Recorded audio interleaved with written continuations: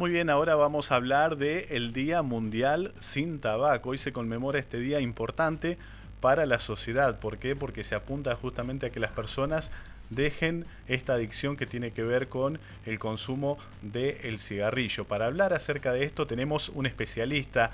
Hoy en el piso de Primero Noticias nos visita el médico psiquiatra Juan Carlos Martínez. ¿Qué tal, doctor? Muy buenas noches. Muchas gracias, Nelson, por la invitación. No, por favor, gracias a usted por formar parte de este espacio de Primero Noticias y para hablar de un tema de que no se habla mucho, se pasa de largo, ¿no? Sí, yo creo que se habla bastante poco o se habla menos de lo que tendría que hablar. Obviamente que dentro de esto hay intereses creados, por lo cual se habla un poco menos, pero en la Argentina en los últimos tiempos se están tomando medidas preventivas y de mejoría con respecto al tema del tabaco, a tal punto que hace 3 años atrás 700.000 personas dejaron de fumar en la Argentina. Doctor, para hablar en términos propios de la medicina, ¿qué es lo que es el tabaquismo? Yo recién le preguntaba fuera de cámara, ¿es una enfermedad, es una adicción? ¿Cómo está catalogado? El tabaquismo está catalogado... Un vicio, se lo nombra como un vicio. Se lo nombra como un vicio durante muchos años, inclusive todavía se lo sigue nombrando muchas veces como un vicio, pero lejos de ser un vicio. En realidad es una adicción que la sustancia adictiva que tiene el tabaco es la nicotina, la cual nosotros generalmente siempre hablamos y muchos han escuchado hablar de eso. Esta adicción, normalmente el tabaco tiene 3 tipos de adicción: una adicción biológica o médica, una adicción psicológica y una adicción o dependencia social. Por ejemplo, es muy común que generalmente los niños, al principio, los jóvenes, cuando empiezan a fumar, lo hacen por una cuestión social, de pertenecer a un grupo determinado, de creer socialmente o psicológicamente que van a salir con determinada chica si fuma o no fuma, porque se creen más hombres, porque el líder de su grupo lo hace, etcétera, etcétera. Cuando uno ya es grande mantiene ciertos hábitos, como por ejemplo, cada vez que subo al auto fumo. Eso le iba a preguntar, si los hábitos estaban ligados a esto de lo social, ¿no? Están totalmente ligados, están prácticamente indivisibles están. Uno tiene que ver totalmente con el otro. Es muy difícil cambiar un hábito de una persona desde lo psicológico y social, pero uno de los caminos en el tratamiento es de romper con esas asociaciones de voy a tomar un café con un amigo y automáticamente tengo que prender un cigarrillo. Eso se hace. Y la dependencia química, que es una de las más trascendentes y de las razones por las cuales se presenta lo que llamamos el síndrome de abstinencia, es porque nosotros tenemos un neurotransmisor, una sustancia química cerebral que se llama dopamina. Nosotros lo llamamos el neurotransmisor del placer, porque mientras más alto tenemos la dopamina en el cerebro, más placer sentimos. La nicotina eleva el placer, porque eleva esa sustancia llamada dopamina en el término de 8 segundos desde que yo pegué la pitada al cigarrillo. En 8 segundos llega al cerebro, esa sustancia sube. Como yo me siento placentero, cuando yo termino de apagar el cigarrillo, a los minutos empieza a bajar la dopamina en el cerebro y me estoy empezando a sentir displacenteramente. Con lo cual, si fumando me sentía placenteramente, no fumando me siento displacenteramente, vuelvo a fumar. Claro, uno tiende el consumo. Exactamente. ¿Y cuál es la prevalencia del tabaquismo en nuestro país? Nosotros tenemos una prevalencia bastante alta. En la Argentina aproximadamente, lamentablemente, mueren 40.000 personas por enfermedades relacionadas con el tabaco, de todas las enfermedades que el tabaco genera. Y más lamentable inclusive que esas 40.000 es que el 15% de esos 40.000, o sea 6.000 personas, mueren por lo que nosotros llamamos tabaquismo pasivo. O sea, el papá y la mamá fuman y le está afectando al nene que está dentro de la casa. Cuando las personas son jóvenes, en el grupo etario de los adolescentes es más común que fumen las mujeres, es más común que los varones. Después se tiende a estabilizar y posteriormente son los varones los que más fuman. Y en promedio, en general, a los 50 años disminuye un poco la cantidad de personas que fuman, y esto se debe a que el tabaquismo es una enfermedad muy silenciosa, y a los 50 años, cuando alguien empezó a fumar a los 20 o a los 30, ya le da enfermedades, como cáncer, por ejemplo, o infarto agudo de miocardio, y entonces cuando le agarra esa enfermedad empieza a decrecer el consumo de tabaco. En este sentido, usted habla del cáncer, de cierta inferencia en algunos órganos. ¿Cuáles son los órganos que se ven más afectados con el tabaquismo? Bueno, los más afectados, como muchos saben, es el tema del pulmón, ¿no?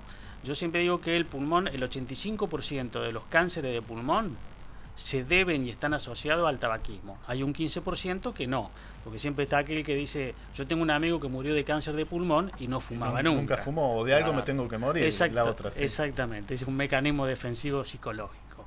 El 85% de los cánceres de pulmón, el 80% de los cánceres de esófago, de faringe, de boca, de laringe, esos son los cánceres más frecuentes, que son los que en general están en contacto con el humo del tabaco. Y aparte de los cánceres, provoca enfermedades cardiológicas como infarto agudo de miocardio, accidentes cerebrovasculares, infertilidad en los hombres, alteraciones en la menstruación de la mujer, provocando obviamente dificultades en los embarazos. Los niños cuyas mamás han fumado durante el embarazo son más propensos a ser prematuros y tener menos peso al nacer. En fin, yo creo que no hay órgano del cuerpo que se salve de las calamidades del tabaco. Bueno, se ha avanzado en lo social, digamos, antes se fumaba en cualquier lado, usted recién hablaba del tema del fumador pasivo, en cuanto a eso se ha logrado cierto avance, ¿no? Así es correcto. La Organización Mundial de la Salud, dentro de los protocolos que le establece a todos los gobiernos del mundo, le solicita 6 puntos aproximadamente que son puntos para controlar un poco el consumo del tabaco.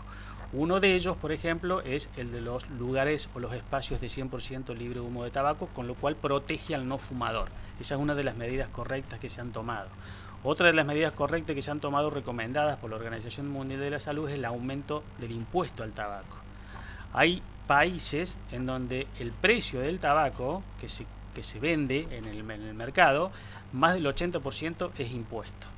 Vamos a poner solamente un ejemplo. En Sudáfrica, un país africano con un consumo importante de tabaco, cuando se aumentó el 10% el precio por impuesto, disminuyó el 8% del consumo del tabaco.